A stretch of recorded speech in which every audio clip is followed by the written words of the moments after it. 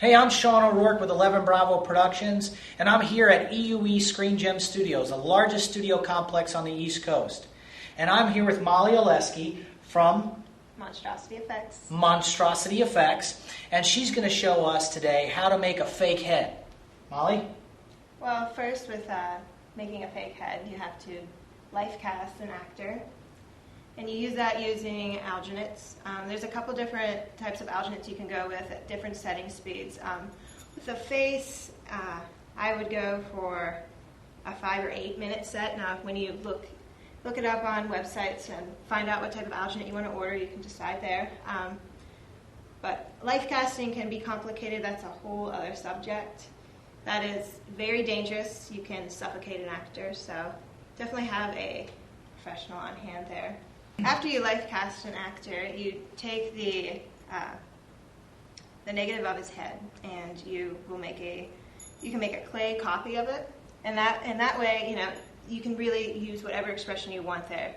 With an actor, you can have him with his mouth open, but that can be complicated with dental waxes. But you can take, if you're a good sculptor, after you take a life cast and do a clay pour of the actor's face, you can sculpt the eyes open. You can change the expression of his face a little bit. Just tweak it to where, whatever the scene calls for.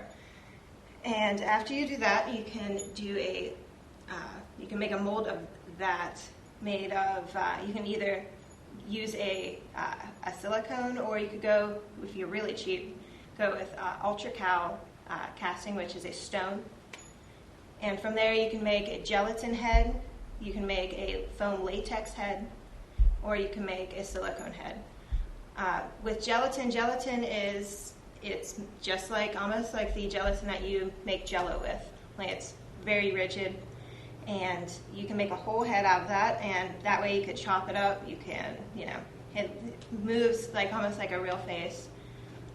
With foam latex, you will do you will stipple latex inside the entire mold, and you'll do about 10 thin layers of that, and then you can start thickening up a little bit, and you ended up doing about 30 layers of latex inside the head. Then you can take polyfoam, which is a 2-part foam, much like couch foam. It's the same stuff as couch foam. You can either get a soft, I think it's a 20-30 couch foam, or you can get a harder one where you could throw it against a wall and it won't even move.